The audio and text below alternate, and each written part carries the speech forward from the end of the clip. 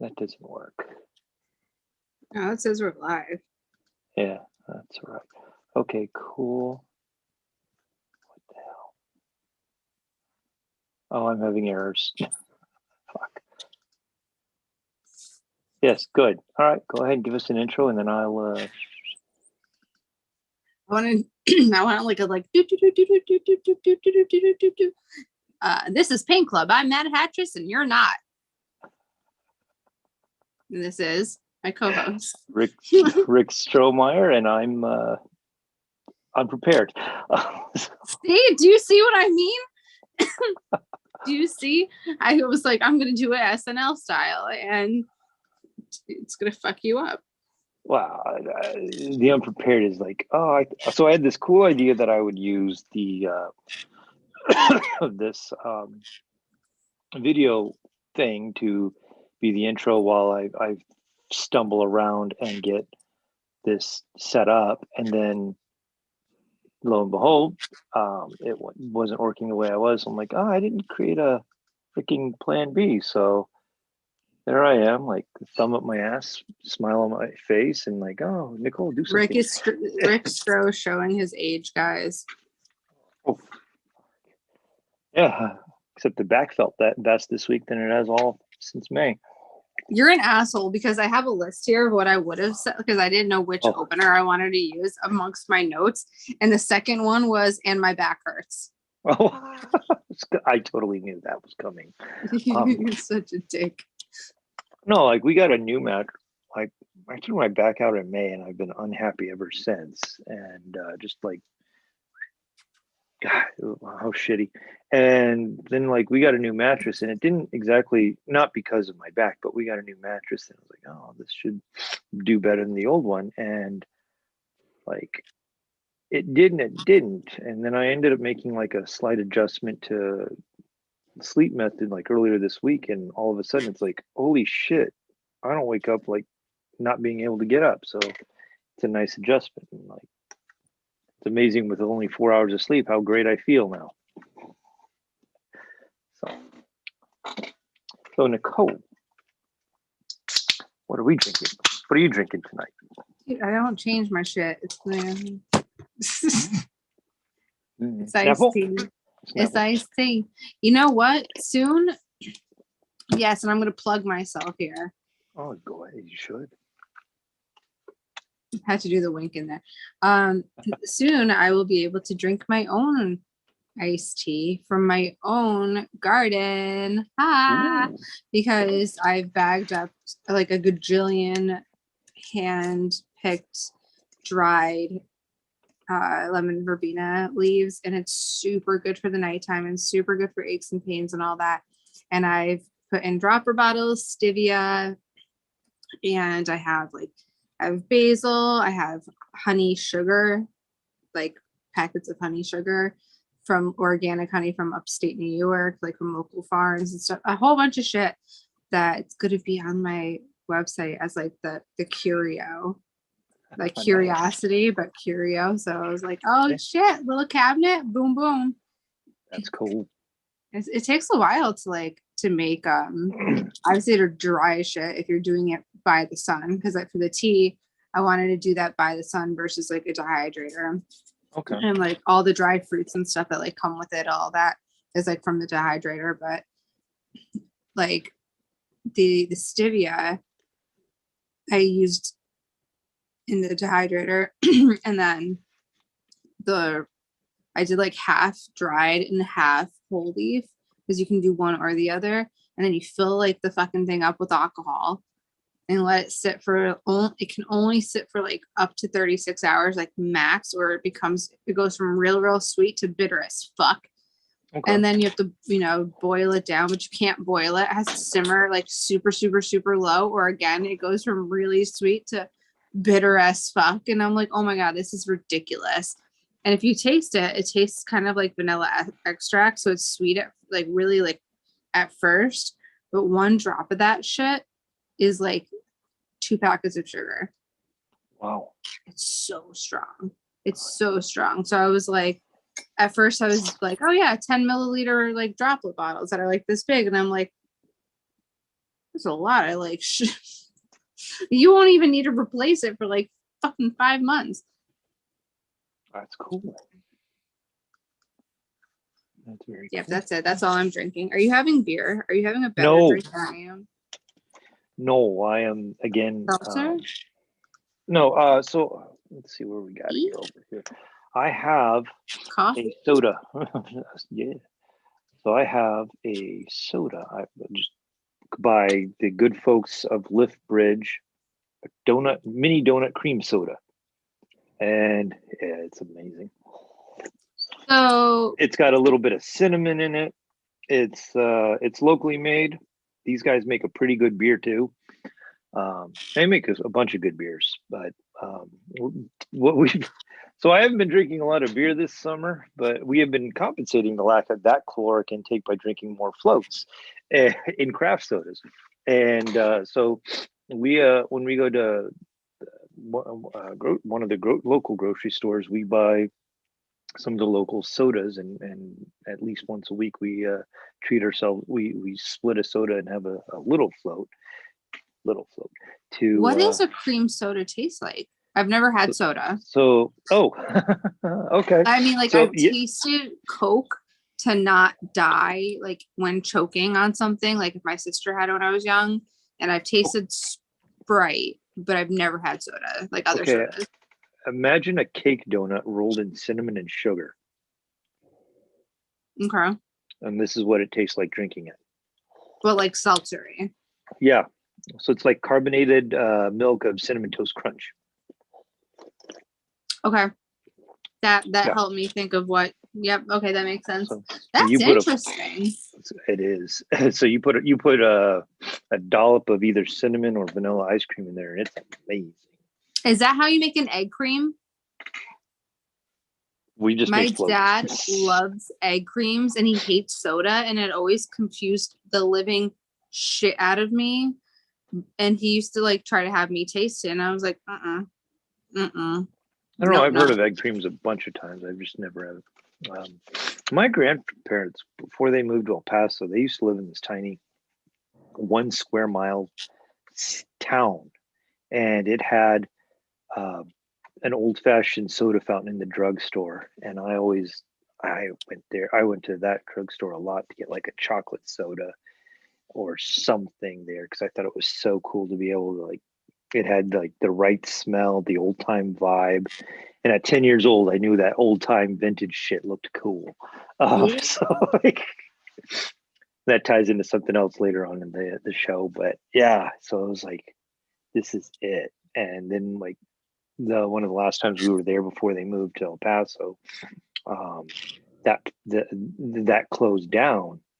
And my dad was brokenhearted because my dad loved old vintage shit too.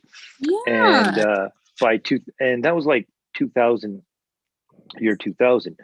Years later, when I went back in 2017 to see my uncle, he told me that reopened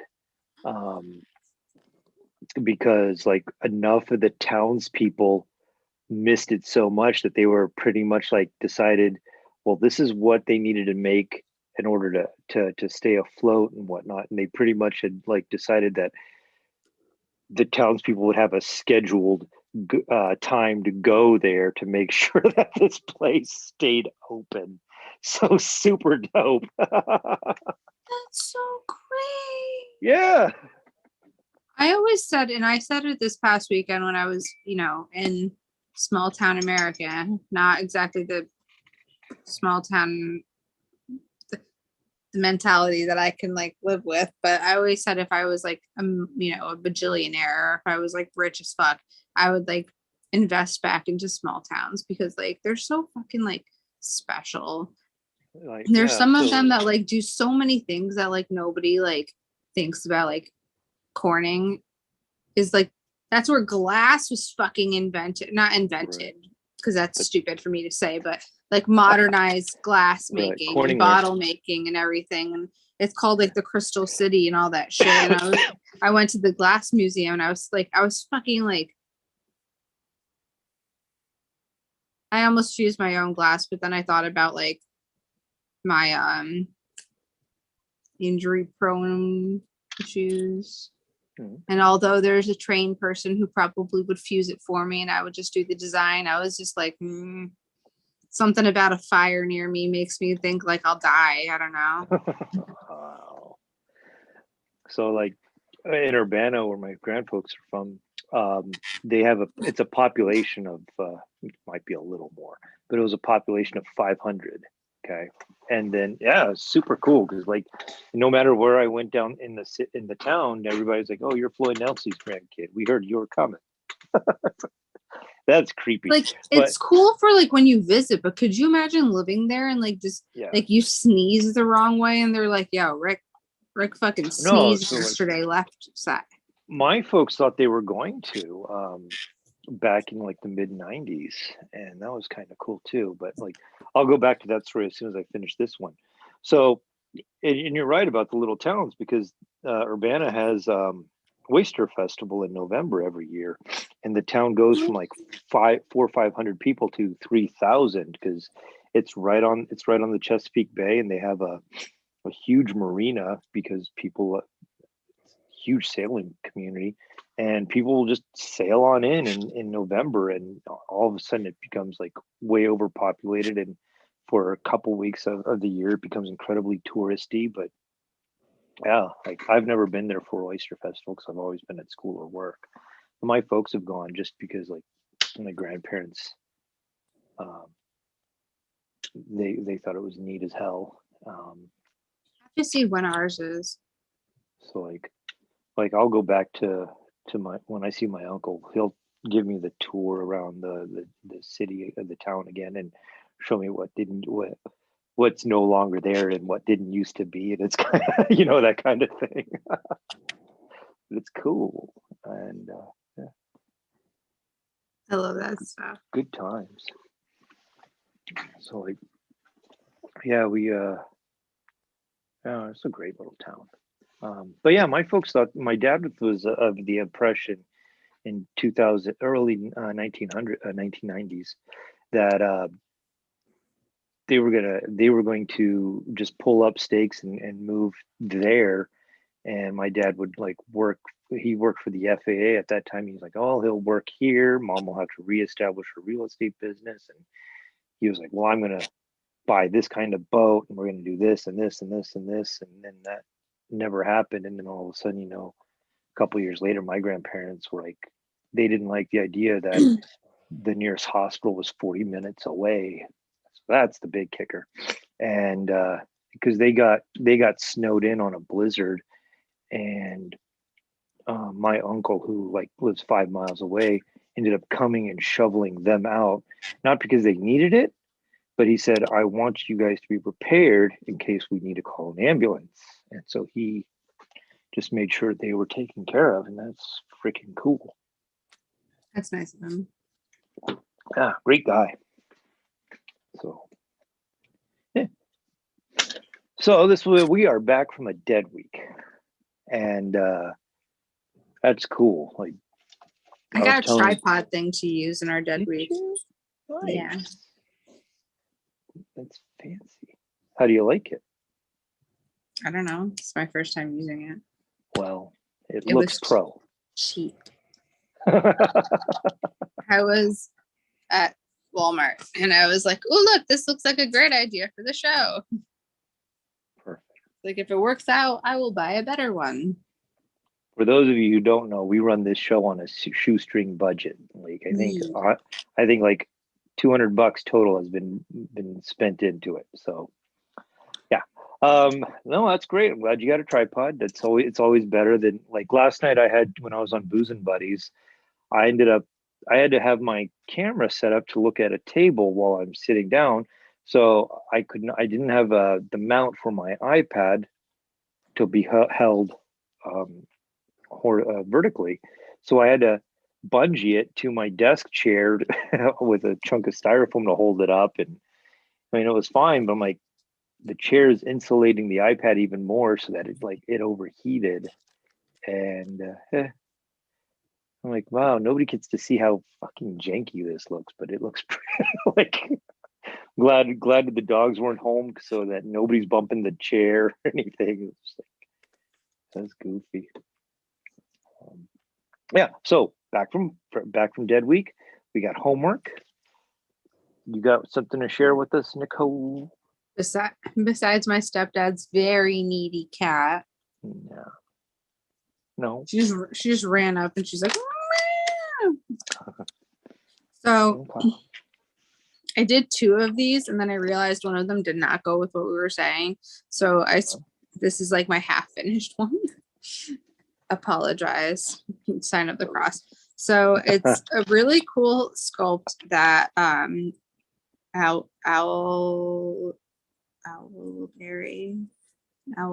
Lane. Yep, I was like, my brain's dying. I was just gonna say Heather. That Heather, the Owlberry Lane made. I really like these, and I need to buy a few more before they're all gone because they make me think of Alice in Wonderland. And the lighting in here is trash.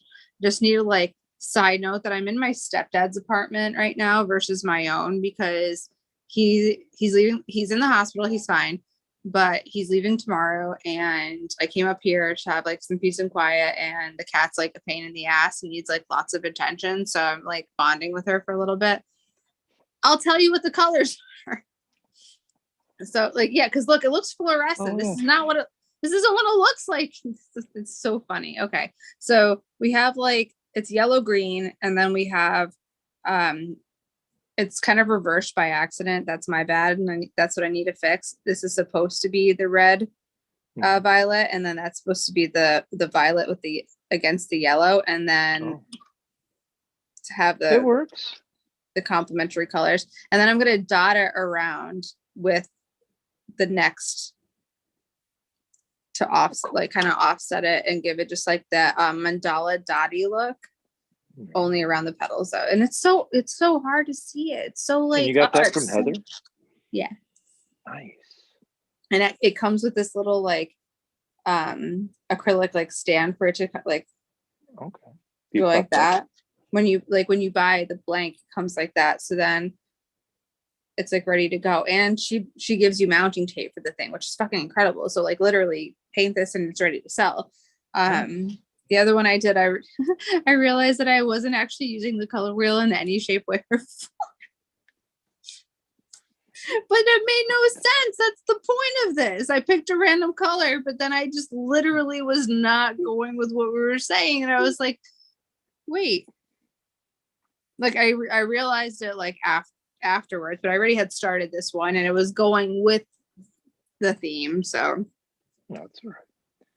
The idea was to like have the idea was to have a random setup, and it's like, yeah, and that's fine. You know, you figure out your own random way. Yeah, like I used a few different things just to make it random, like you said.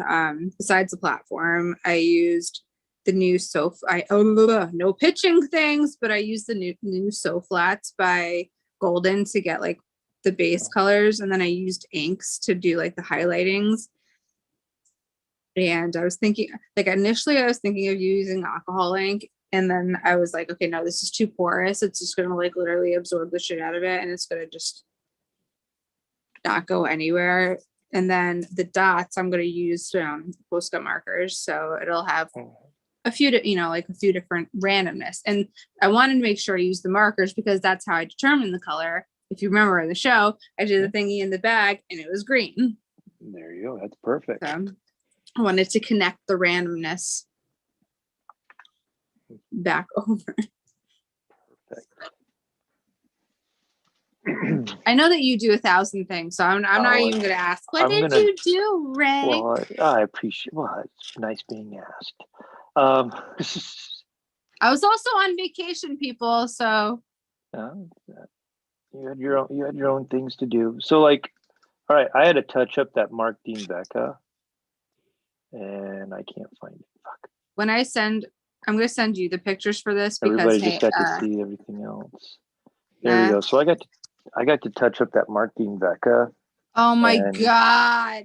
And so that was part of the example from last week, but it was last show, but it was like, and then I couldn't get my photograph to work right on it. So I'm like, so the photograph is trash, but Yeah.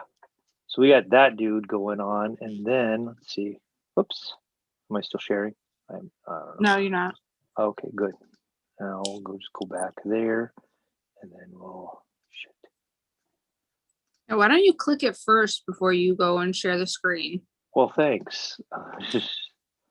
So then, Thanks for we thinking of all this months later. right. There it is. So then, like, I had this guy started. Oh, This yes. is George's Halloween portrait by Tara McPherson, produced by Martian Toys. And I had part of it set up, which was the blue green face, and I went with an orangish neutralized orange for the body. His fucking highlights on his cheeks and eyes. Oh my God, it's so good. Thank you. So we so I couldn't decide what to do the ghosts and the ghosts for, so that's where I ended up just like spinning a color wheel on a random app, and I decided that whatever the ghosts were going to be, the cavity was going to be, and so I drew green, and I was like, okie doke, there we go, green, and there's the red. I'm like, well, I know they've produced it in red before as the heart cavity, but I'm like, a deal's a deal, and make it that way. And yeah, it turned out. I'm really pleased the way it turned out. Yeah, I don't know how long I actually put into that, but so there's the good old black light image of it. I made an aesthetic choice yesterday to actually do the eyes just of the ghosts black and leave as much highlight on the edge of them visible so they look sunk in. And I really liked. I'm happy I made that choice. Oh my And God. so I've been testing out some new fluorescent paints, which different reviews on. And I painted the eyes to look more 3D. They're whoops, no, don't do that. And yeah, like I was pretty pleased the way the eyes came out. So I got inspired after randomly getting that skin tone the way I wanted, because it's I set it up to look. I wanted to paint that one up to look dead as fuck, and so after like looking at that, I was like, oh, it looks like I'm the sorry, dude I'm just blown away. You'll get to see it in about 2 weeks. I was about to ask you, please tell me I get to look at it in person. Oh my God. So yeah, so like I was showing Jason the other day a side by side, and those who else would listen to a side by side of Kurt Barlow from the '70s version of Salem's Lot, and I was like, oh wow, I kind of nailed that look, and so that's pretty fun. So I just made the eyes like super unnatural yellow, and I'm pretty happy with that. So yes, that gets to go with me in 10 days. So yeah. So the idea of what what have you been doing lately, Miss Nicole, besides the Alberry? Oh well, I told you. Taking care of family, vacation, Alberry. Yeah. That's a bummer. I don't want to sound sad, but like everyone and their mother knows, like I've had lots of family like loss and shit like that. And my stepdad, he was in the hospital. He's not like dying, but he was like really sick, and he was in the hospital, then out of the hospital, and back in the hospital while I was away, which fucking sucked. And I got a sketch done on a canvas that I can't show because it's like hush for now. While I was up there, I got this and the other one done while I was up there, just to like therapeutically calm my soul. I started swimming again. I know that has nothing to do with art, but it was so dope. Like obviously, like while you're away, you can go swim, but like I was swimming in the hotel pools like how I used to back when I was a kid, because I used to actually do swimming. And I was like doing like these like stretches, and my friends were like, what the fuck are you doing? Like, and I'm like doing them underwater. I was like, resistance training. And it felt like super dope. So like I'm looking to join something like around here that has swimming class, like not classes, but like swim programs or whatever. And then coming up at the end of the month after your show, I'm a part of this thing called Manifestation, or it's Mad Lab, the gallery that I had my solo show at last year, and like the Connecticut like in Norwalk like arts committee and all that stuff. We're having like a huge like festival outside in the art park where like a bunch of us have murals and shit already, with like tents and all that good stuff. And Cool. we made it like a female tent, me and my friends. So because like it's expensive to rent that shit anyway. Oh, yeah. And we bought the tent, like the actual tent itself. So we're gonna like use it as like the sisterhood of the traveling pants type shit, but like a tent.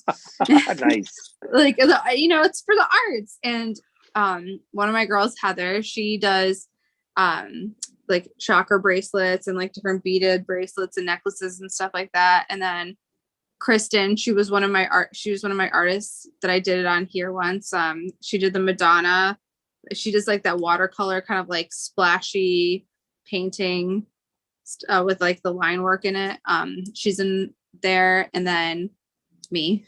And I also started classes to become a certified color therapist. Oh, cool. So I'm looking to like, it's, you know, besides like the gallery scenes and everything like that we do, I'm looking to like actually make my art useful in a therapeutic way, like whether it's teaching something or selling something that helps with therapy, or like somebody commissioning something that has like whatever. Oops, sorry, my phone's telling me I have 20% battery. Yeah, I don't know. I'm halfway through it. It's interesting. We'll see what I use it for, but it's kind of dope. I get to call myself a color therapist. That is cool. Next show, I'll be like, I'm Matt Hatchison, and I'm your color therapist. There you go. That's pretty cool. What have you been doing besides all of your show work? All my show work. Well, the cat's been out of the bag for a while. I got my first solo show coming up. Actually, we call it a solo show. It's a dual show. As the space is being shared, and that's really cool because we get to bounce ideas off each other. So, Jason Forbes, also known as JFO, the JFO on Instagram, we are doing a joint show, starting the 21st of August, and at the Mothership in Philadelphia. And I am super excited, humbled, and nervous as hell about doing it. It's like the three best emotions together at one time. And yeah, so I've been painting. I've been getting ready for this since about May. Aaron gave me the idea of like partnering with Jason, and gave me the date of August 21st. Actually, we knew of this date before. It is the one unfortunate thing is that it is the same time as ToyCon UK, Decon UK. But I was given I was offered this date, and I'm running with it as hard as possible. And Jason and I have talked more in the. I've made a new friend.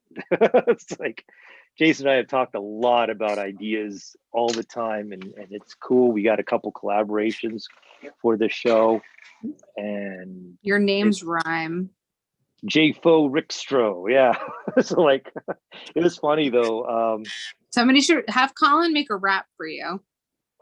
Right. Have Big C make a rap for you. So like, Aaron gave us a silly name, or like, you call yourselves this, blah blah blah, and we're like, we'll figure that out. and Jason came up with the super smart and clever thing of using just both our last names as anagrams the whole time. So for like the past month and a half, 2 months on Instagram, he's been dropping like all kinds of goofy sayings, and so have I. But he is taking the time and energy to like take pictures of old signs and Photoshop Old churches and shit like that. I old love it. churches and shit. And I have I have found some cool vintage apps that will like pixelate the shit out of things to like old video game systems, and that's what I've been using. So like my favorite one that we've used is Mr. Fresh Stereo Boys. I love that. You know, he had said to me once near the beginning, he's like, "I'm so glad you have a lot of letters in your name." so like, so I loved yeah. like when he was saying like that it was hard for people to guess. And of course, like I knew that this was happening. And he was like, people don't understand what's going on. I don't like what the fuck. And I messaged him like sharing his post. I go, what does it mean? What does it mean? And he's like, I hate you. So like one that I'm running right now to try and do a graphic for is called Story of Mr. He Beers. Like, so I am not that smart to be able to do this without actually having the letter tiles or letters to hang around and rearrange. So Jason pointed me in the direction of an anagram generator online, and that's what we have been using to do You this. should just use the Wu-Tang Clan name generator, because that's what Donald Glover used to get Childish Gambino. And I feel like if that's what he can do to become a rapper, that you and him, by putting your names together. What we've done, I like his plan a lot. And so, yeah, and we will both be there. I can't wait to hug you. Thank you. Me too. So Jason, the last time I hugged you, you thought I was a weirdo because we had literally only talked like once. Right. Jason will be flying in. He should be in, I think, Thursday. I will be driving in. I have no idea when I'm actually like strolling into Philadelphia, whether it be Thursday or Friday. But you're a psycho. I love road trips. I like know you do, but you're psycho. I love road trips, and I hate flying. It's not that I don't like the act of flying. I think that is awesome and an amazing technological marvel that we as people have done. But airports are, I cannot stand them. Not since about 1998. So no, I do not envy airports. My dad has instilled the idea into my brain that I can drive anywhere in this country. So yeah. Hell yeah. Oh, and I'll have cupcakes for you. Oh, I appreciate cupcakes. I love cupcakes. I should ask Jason what he would like also. So I'm not just doing things that you like.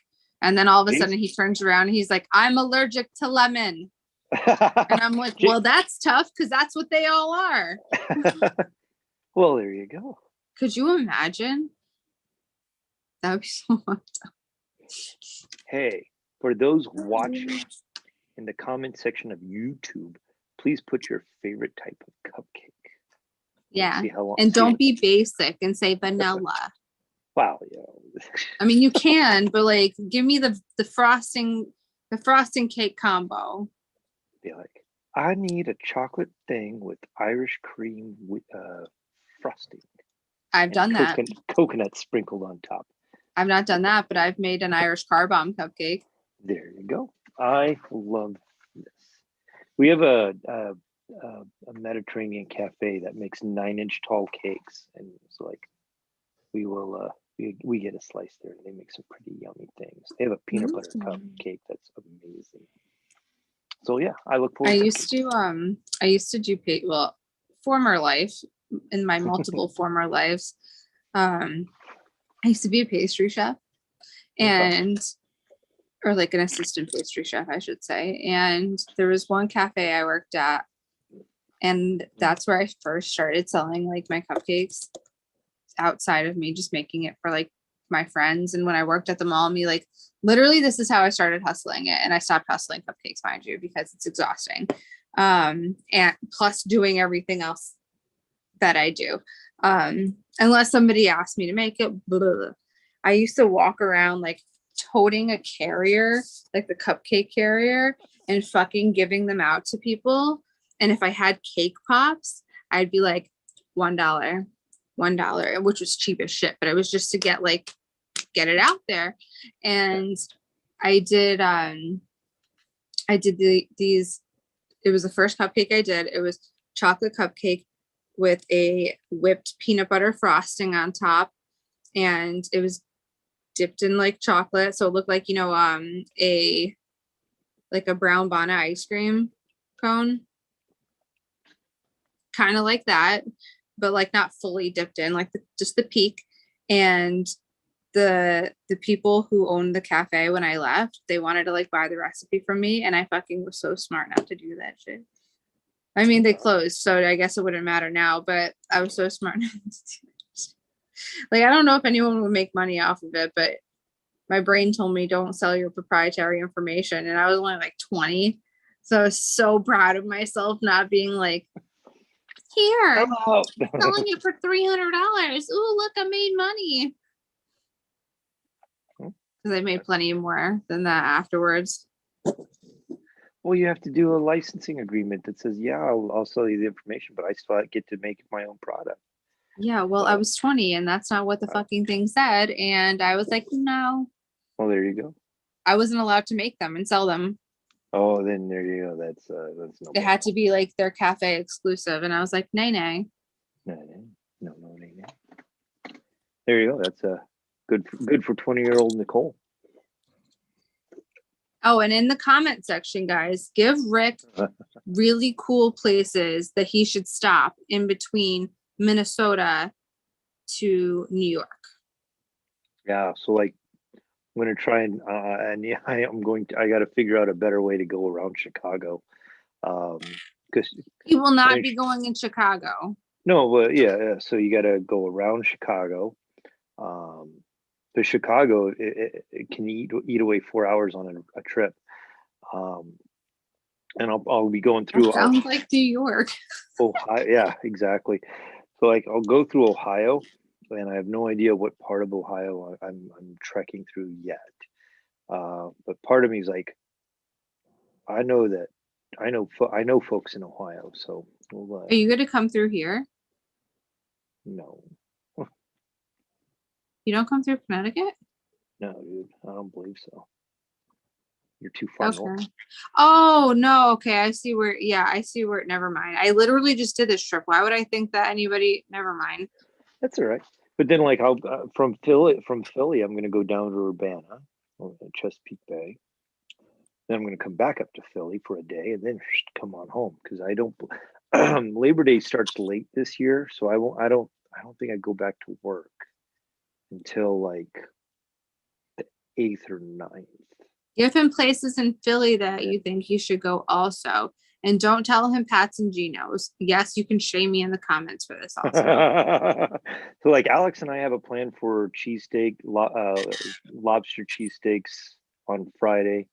Potentially Skadoots will join us. Ew. Like, no, dude, like you're right. So, like, I like it.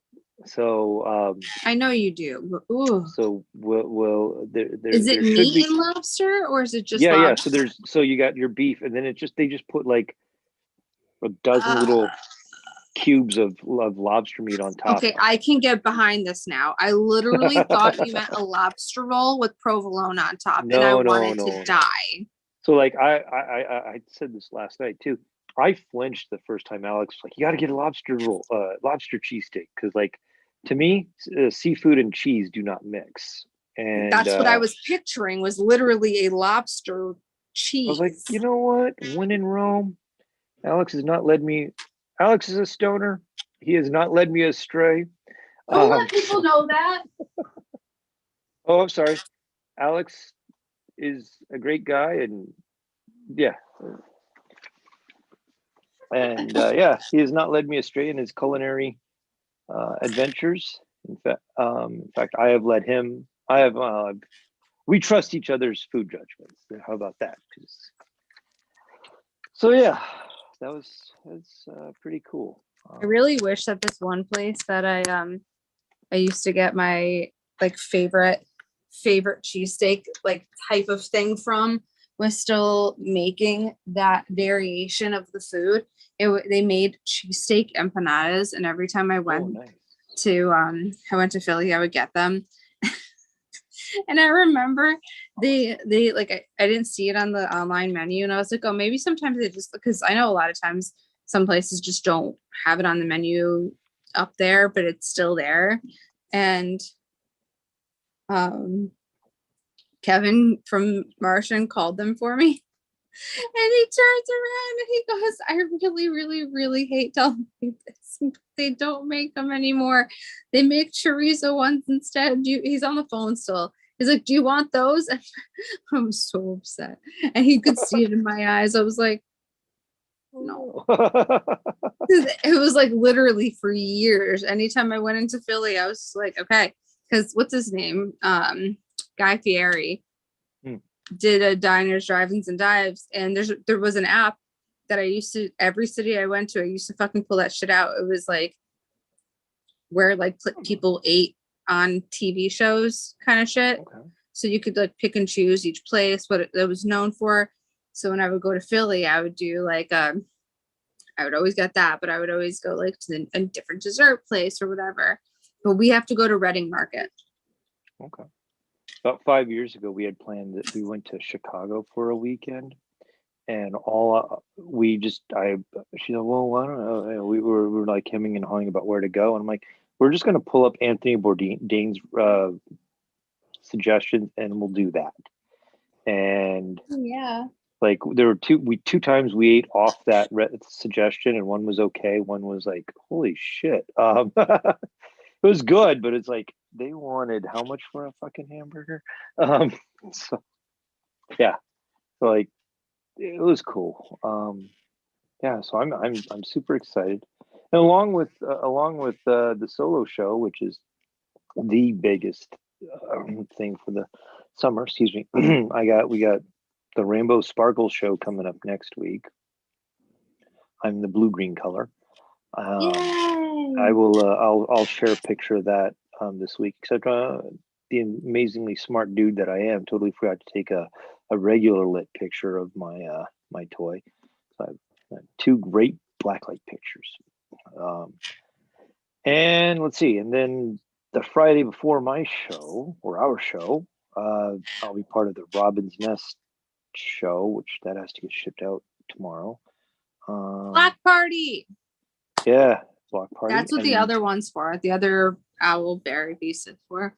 Nice. And then sometime in September, I'm going to be part of the Vinyl Thoughts that's going on in Texas. So like, like 4 shows in 6 weeks, which is really cool. But it's like, well, I've just got all this crap to paint, and we'll sort it out as we go along. So like, not burnt out. Not yet. I don't know. So like in the show at Martian Toys, I'll have over 40 toys painted and good to go for that. So it's exciting. Like Tuesday, I'll varnish the last 5 or 6 that I've been painting, and Jason's going to have a ton of cool stuff. Yeah, we'll see if we can turn off the lights in the store at night. And then are you driving them all in, or are you mailing them? Yeah, I'm trying. It's cheaper for me to drive them all in and leave than it would be to mail everything that I've so smart. So like, and the fact that I am on summer vacation since I am a servant to the public school system. Yep, that is the way. I don't. Every time you're like, I'm on summer vacation, I'm always like, my poor stepdad, because he's as you know, he is a maintenance man for the schools, so his hours just adjust. I mean, I guess he's on vacation. He's in the hospital. He doesn't have to go to work. I don't know. So what have you been listening to this week when you're like driving all over the place and finding your chill? Well, for the first drive, I was on the phone for like 4 hours, which was ridiculous. And yeah, I don't do that often with people, and it was just weird, but it was nice. But the way back, and every night when I was painting, I was listening to murder mystery podcasts because it's me. Let's be real, guys. That's all I do. I don't know anything but that. I feel really shitty because I can't name drop them because I don't remember all their names. One of them, like my girl Bailey, the one who does the makeup, she only comes out once a week with something, and I've watched all of hers already. So I was listening to, like, plugged into my radio with the YouTube running, but like my phone over wherever just to listen to it on the car. Okay. I was listening to Kendall Ray. That's a girl who does stuff like that. And then there's this other British girl. I can't remember her name, but she's really like animated, which was hilarious. And then I forgot what the other podcast was that I was listening to, but it was about cooking and like sustainability and things like that, which was like a big part of how I got the tea bags that I did and like figured out like what things to use, and it's making me change like a bunch of stuff in the household like already. Like I went grocery shopping today and I was just like, nope, not doing this. Nope, not. I'm no longer. Well, I have 2 straws in my car, so I no longer will like take plastic straws, like a whole bunch of different things that I'm going to try to like take into effect, and like, you know, different ways of doing laundry, just like little things that can help like in general, besides like growing my own food. I don't know. Apparently I can have a chicken coop though around here. Ooh. Oh, they shouldn't have told me that, because like, you know, I'm banned on Facebook again. No, I didn't know that. Yes, you did. I told you that. I thought you were joking. No, I have 13 more days. It's because I said I would trade weed for art. Like when somebody jokingly said like, you know, exposure doesn't pay the bills. And my hairstylist friend was like, but I would trade, I forgot what she said in the comments. And I was like, yeah, I trade weed for art. And an instant ban. I was like, damn, didn't even get like, and it's legal here. It was so stupid. Like, what if I meant like weeds outside my house, like the ones that are growing in my garden, whatever. But like, there's this page in my town for like the town connections, and someone was complaining about zoning of a chicken coop today and I was like, oh, let me read about this, like for no reason, just because I'm nosy. And I'm like sipping my tea, like, and it specifically said, like, someone quoted the zoning law where it was like, if it's a XYZ infrastructure for chickens, you don't need to report it for a permit. And I was like, and I don't know why it made all of the sense all of a sudden to me, because like we had chickens at one point, but I thought, you know, back in the day, you probably didn't need a permit. And like my neighbors had fucking pigeons. And one of my friends, Ashley, she has chickens and shit on her property now. And I was like, I know for certain that bitch did not get a permit. Like, well, they're here. You're allowed to have them if you use them for religious purposes, because you still have folks who will like, yeah. So, can I say that having it as a pet is my religion? but then you're going to call it either extra crispy or original recipe. Such a jackass. Like, I want them for eggs. Like, I dead ass want them for eggs. Right. And I think my stepfather, if I put that in the backyard at one point, just arbitrarily, because he did say, and I quote, "I don't give a shit what you do with the yard. It's your problem to take care of." Okay. My parents should have learned ages ago to be very specific with don't what give they Nicole say carte blanche. Like, I remember my dad the other day, God, I love our tangent talks. The other day, my dad was talking about like an old car show, and he was like, remember the old car show downtown Portchester, like the next town over? So you remember the last time you went, you and your stupid ass friends went to her apartment, like her dad's apartment, and one of your other friends got her belly button pierced. And I know it wasn't you though. And I was like, yes, it was, Dad. Like, besides my stupid ass friend. You're the dumbass. I was the second dumbass. And I was like, you don't remember? I came home and you said, "Joke's on you, it's crooked." Because I had my top one, my regular one, Oh, and my dad had told me when I lived with him and I was a kid, I could have my belly button at a certain age, my nose at a certain age, and eat my ears. That's it. He didn't specify how many. So I did the upper belly and then I did the lower one.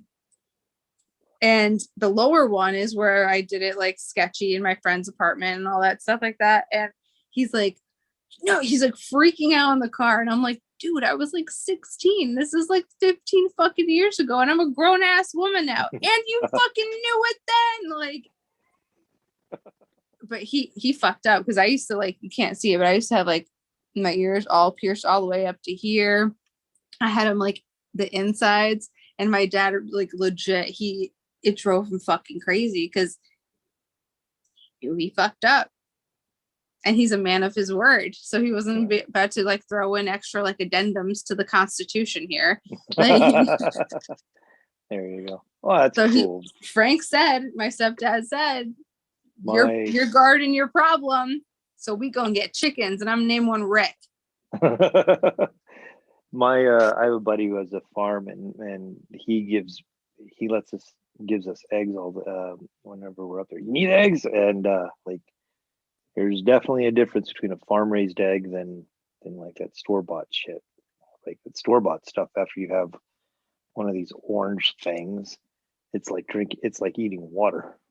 Oh yeah, there's I like, love baking crazy. cakes with like farmers market eggs. Right.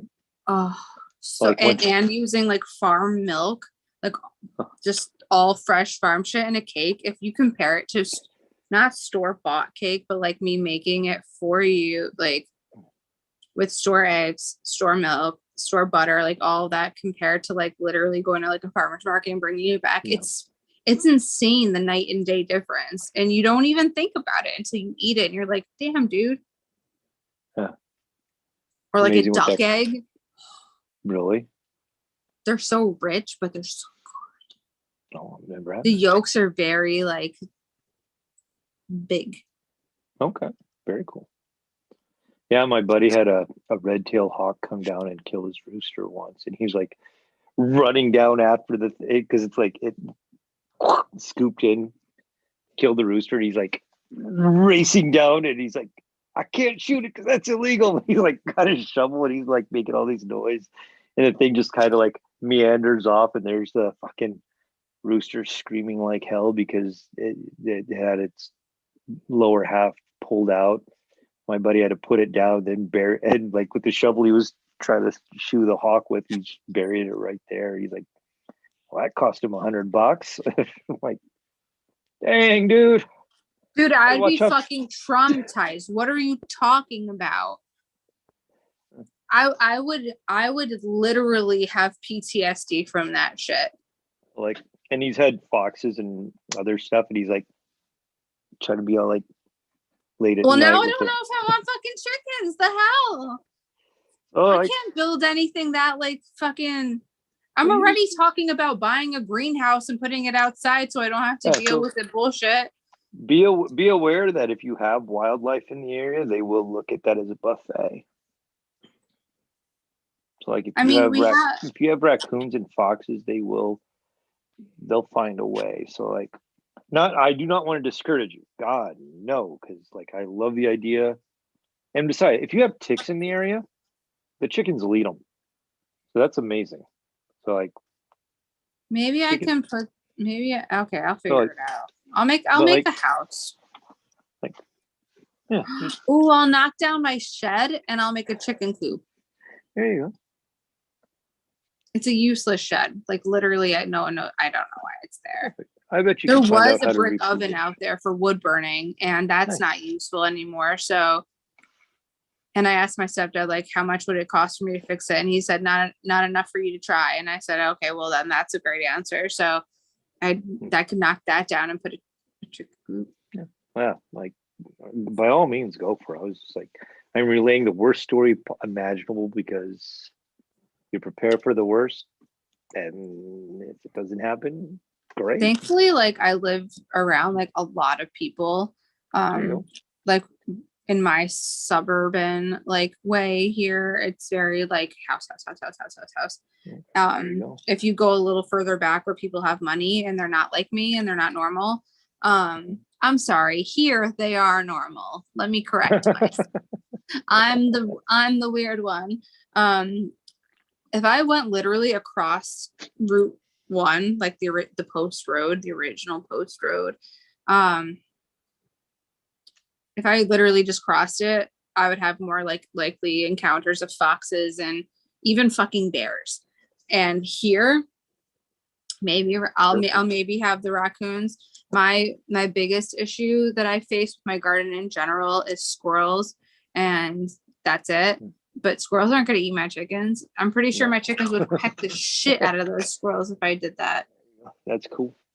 Because I know my friend my friend Ashley, the one who has chickens now, she lives further back, like because her family, her and I are both normal ass like human beings. We established our land here like mad early though, before all the money people came, and her family's like property has been there for years and years, but she's a little further back, and she's had only one RIP to my chicken moment, and she then established a better like home for them. One of my other friends in Illinois, who lives in the middle of Illinois, she's had multiple rooster, chicken, turkey deaths from when she moved from Colorado. And I was like, I don't even know what to say anymore.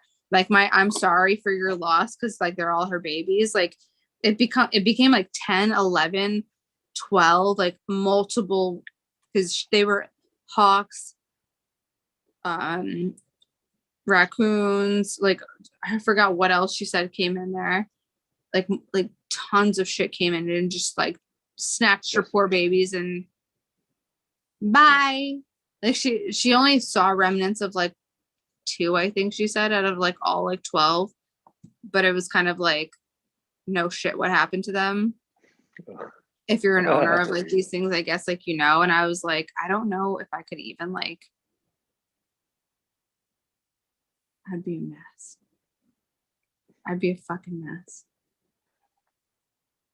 I'd be a mess. Now I don't know if I want something to think about, Nicole. Like amazing cakes and the heartache of losing a critter. But isn't that like the same of like, I guess like any critter? Because when I was younger, I used to like take home like every stray I found. There was like a bunch of rabbits that I would find like when cats, like the stray cats would like attack them, and they'd be like half clinging on to life, and I try to nurse them back to health, and not all of them made it. And I've like been through that bullshit. But I feel like if it was my pet, I'd be like, I don't know, I'd be like in a corner crying to death. Be like, my poor chicken. And my mother would be rolling around in her grave being like, who the fuck told you to get another chicken? Right. We stopped it for a reason. Yeah, whatever. We'll see. Maybe I won't get a chicken. Well, I've been kind of playing, not exactly, but like simultaneous over in our area. We've burned through like every serial killer documentary on Amazon. Yeah. Yeah, like I'm so everyone. proud of Like Alicia loves this stuff, so we have started with unsolved mysteries. So like, yeah, I will. Or the new one. Oh my gosh, the original. So like, you got to start with the original, and like one of the neat things that they do is like they will update those. So like on episode 3 or 4, there's an update from 2020 in there. They just plug it. Yeah. So they So I have to go on Amazon for this? Yeah. So they plug in like updates from like 2 years ago. It's amazing. And they use the same like shit graphics and stuff because they have that kind of synergy, the same music and stuff. And yeah, it's cool. But when Alicia and I are not having our quality living room time. I have, in the past 5 days, I have binge watched the shit out of the YouTube channel, The Craftsman, Steady Crafting. And this guy's got like 15,000 viewers, and I fucking love that channel. Like, I don't do Patreon often. Views aside, I just don't do it. I think I support one or two people.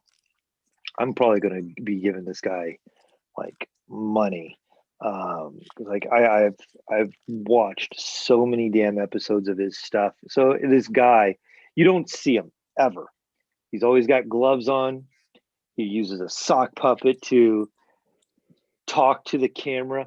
The quality of the shows are really cool. He's got this super retro aesthetic to the way he does his presents his product. Like even with his sound, we know he uses technology like the digital video stuff and the recording and stuff, but he uses a lot of vintage shit, and he shows all, and he's not, I guess part of the way he does it is he also shows like how some of the sausage is made while it's going on.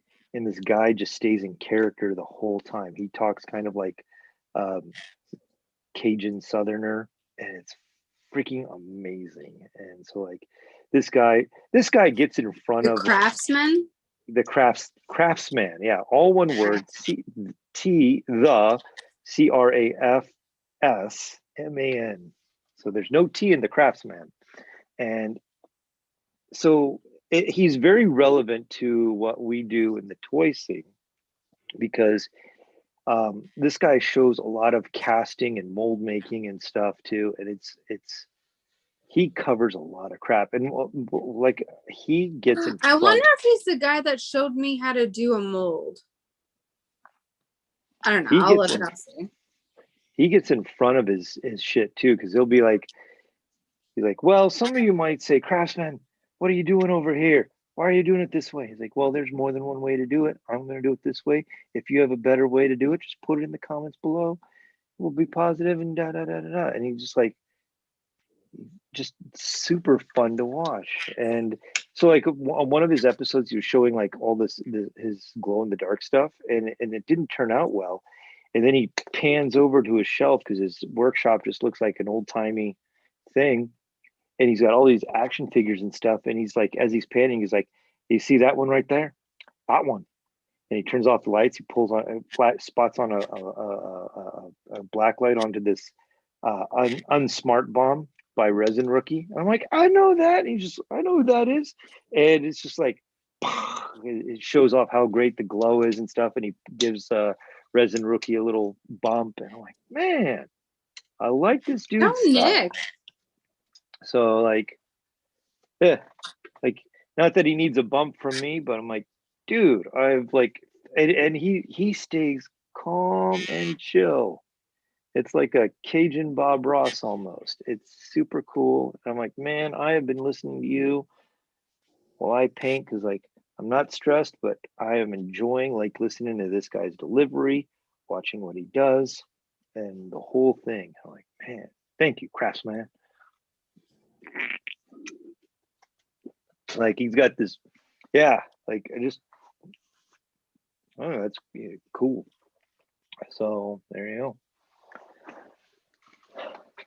So then we got somebody else's paintings. You go looking at anybody else's work this week? No, that's all right. Don't lie to me. Cool. No. That's all right. I was looking at, I'm going to pull this up for a second. I was looking at a lake. I was at, I closed the window, so it's not going to do it. All right, we'll do it this way. And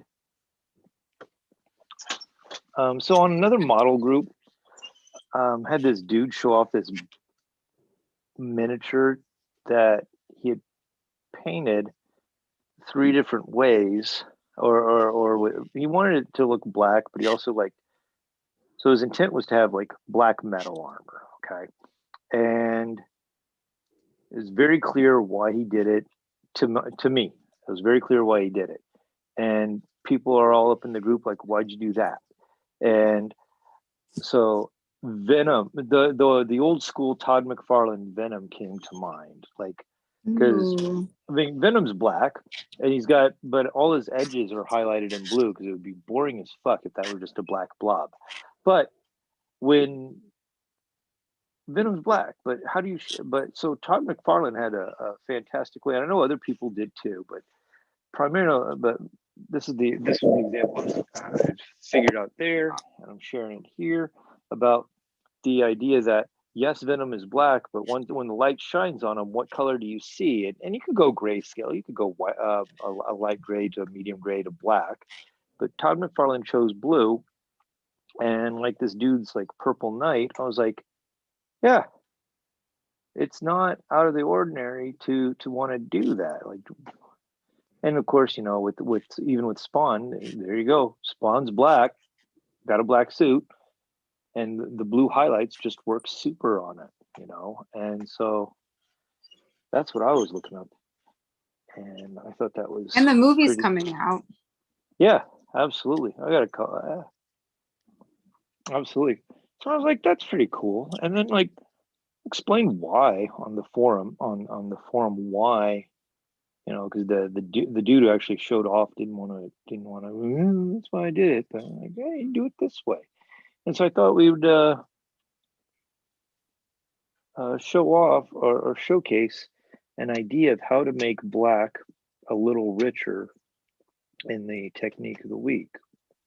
So this method, and I'm going to say right now, if I Sorry, I sound, backed down, by the way. if my technique sounds a little weird this week, it's because I am so influenced on watching The Craftsman. Like I like his delivery so dang much that it might bleed over here, and that's all right.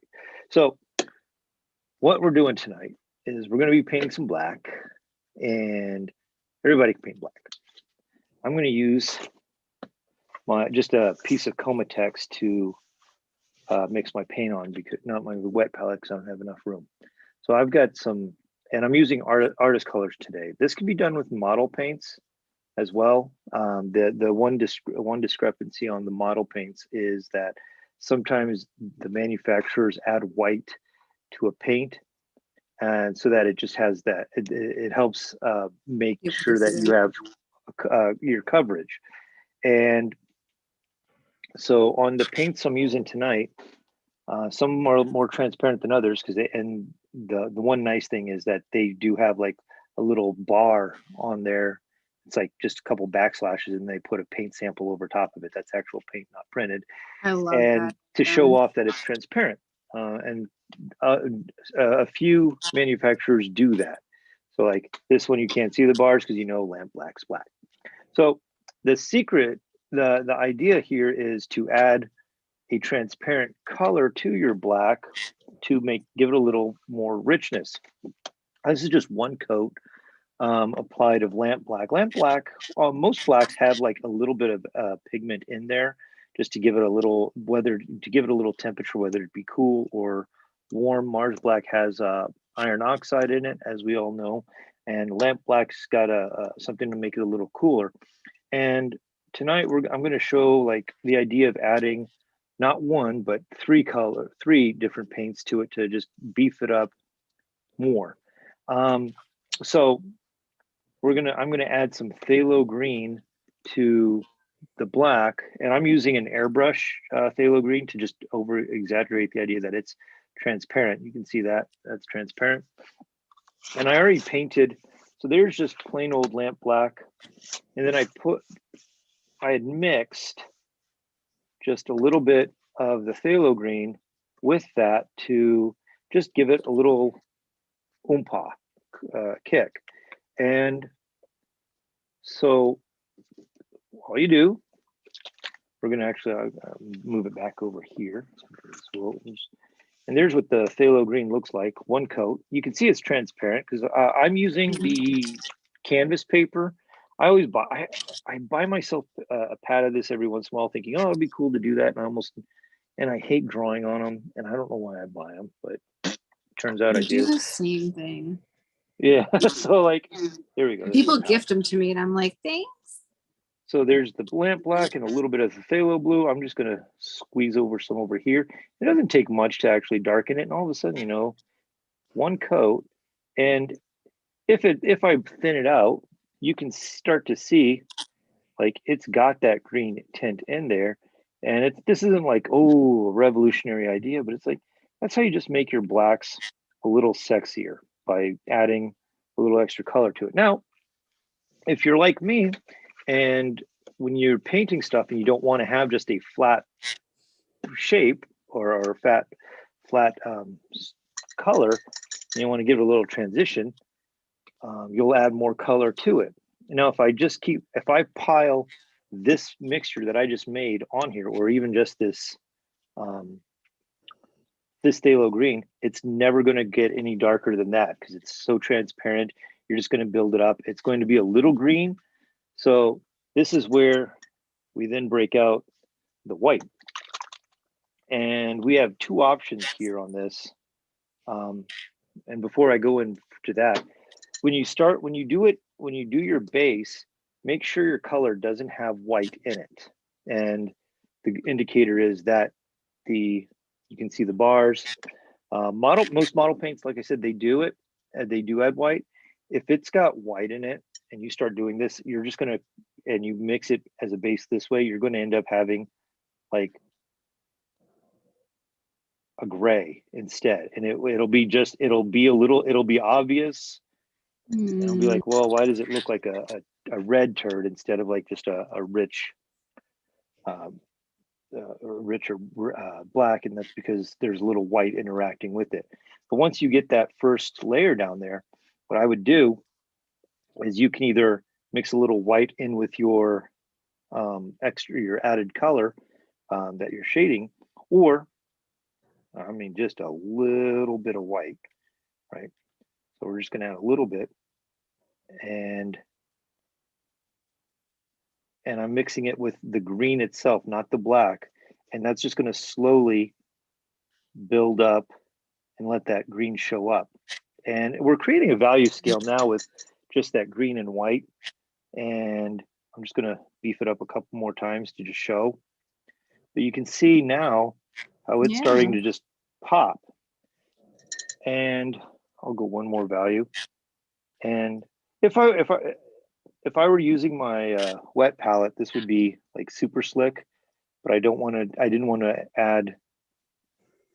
set up my wet palette just for this. I've not been using the wet palette as much. And if you want to still like a little extra, this part is pretty cool. You can build it up as much as possible to give your black that richness and that suggestion. And if you don't like how it mutes out, because it's weird when it does this. Some people like it, some people don't. You can then take your original green and glaze over it and move all that down. I have to wait for that to dry to do that because I didn't set up a second example. But the other thing is, if you don't want to mix it with your original color, you find something that's adjacent on the color wheel, and because this one has white in it, and you can now just like, we'll just grab a little bit of that, and you see how like if that were my highlight color, and if I added black to that, all of a sudden there's your poop green right there, or poop gray right there. And ooh, that's sexy. And if I beefed it up with the white over here, there's that craftsman right there. And then I could take this transparent and put it over top of it, and it would look, you just beef that, you'd pull that down and make it richer. And on my my homework for this week, that's pretty much what I was doing with the, where'd I put my mouse? I was doing with George. Let's go back and we'll use that as a practical example. And I get my show notes in the paint. So do this. I have my palette getting paint in there, so that's smart. And my mouse is upside down. So there it is. So on this, I had beefed it up from black all the way up with purple, and then was dry brushing various shades of black and purple and white to get the highlights. And then afterwards, I ended up putting a fine glaze, transparent layer of black and that original purple back in the grooves of the hair to give that a better definition. I think it turned out pretty slick. Oh yes, very much so.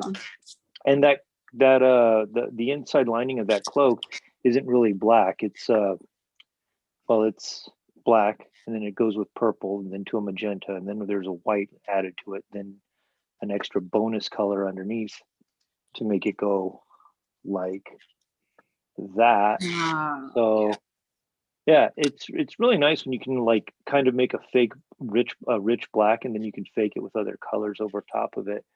And this method, it works great with paint, and and it works with most coloring methods. Like if you want a really rich black when you're doing crayons, Prismacolors, oil pastels, mix another color or two in with it. And especially for like Prismacolors and crayons, to have those multiple layers really kills that white texture or white spaces that you have in the texture anyway. And it really makes it'll make your blacks way more interesting. And marker art, you can do this with marker artists too. If your black's running low, you just just substitute your blacks with a darker color and then put your blacks in sparingly as accents inside the shadows, and it works out well. And that's where we're going there.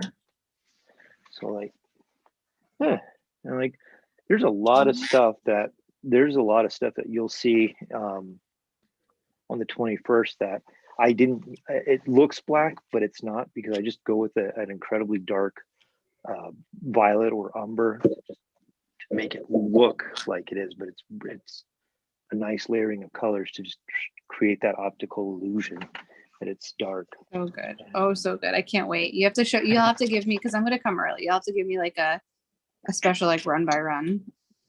There you go. Obviously, we will not be live, guys. So, but yeah. I will be unbanned.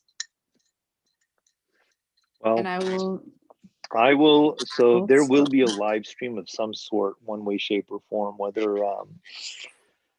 Whether Martian Toy, I know Martian Toys always does a live stream to show what's going on, and I will probably run a 10-minute one through my Instagram as well. It's not like I'm going to just put up an iPad and just be like, hey, yeah, you get to be a voyeur in this and see the fish go by the tank. But like, could you imagine like a ring camera for everyone to watch? Yeah, like wearing a pair of coveralls and then just putting a GoPro right there. That's all Brian has to do. That's true. He does wear coveralls. So yeah, like, I'm so excited. I want to take advantage of the technology that we have to be able to show stuff to the world, and things will be for sale on 7:00 Eastern time on martiantoys.com. If everybody didn't just race out from the East Coast to go there, but I'm very excited that I need someone to get it for you. That's true.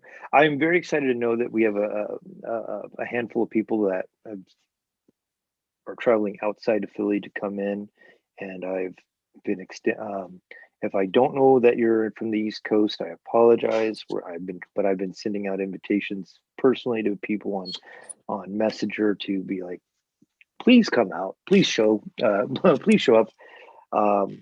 I haven't seen any toy people with the exception of the internet, in over a year, and what a hell of a good way to end summer is. Yeah, being able to go to a show. So that's my thought on that. I'll give a quick thanks to Martian Toys for having us, and thanks to Jason for tolerating me for 3.5 months while we plan this out. So yeah, it's exciting. We'll be excited to see you. And a big hats off to Alicia, who has also tolerated me in the house for the whole time I've been trying to plot and plan this. So I can be hard to live with. So other than that, Nicoletta, where can people find you?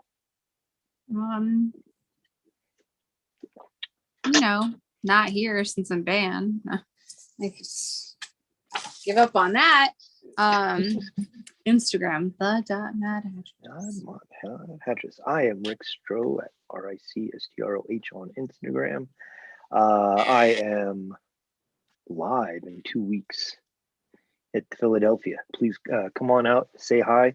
We will have cool sticker packages and stuff there, and some cool swag. And I don't know if I'm bringing t-shirts, but we got a lot of cool shit. It's going to be a good looking show. So, oh yeah. Oh, and in my notes at the very bottom, next week we will have a guest. 3 guesses on who it is, Nicole. Am I allowed to do it when I know? So Jason Forbes will be joining us. I was like, can I really? I should have said like Mother Teresa, the Pope. So Jason should be joining us next week, so we could be like, hey buddy, how's it going? See you in 5 days, and talk about this stuff. It's just beyond exciting. So thanks a bunch. We'll see you all next week. Have a yes, ma'am. Wait. Happy birthday to my cat on Monday. Oh, I know I'm being stupid, but she's gonna be 18, and it's my old lady baby. Dang, that's cool. Oh yeah, I have a birthday party to go to. Thanks a lot. All right. You're welcome. I got a party tomorrow. I got to make that note. All right. So you're welcome.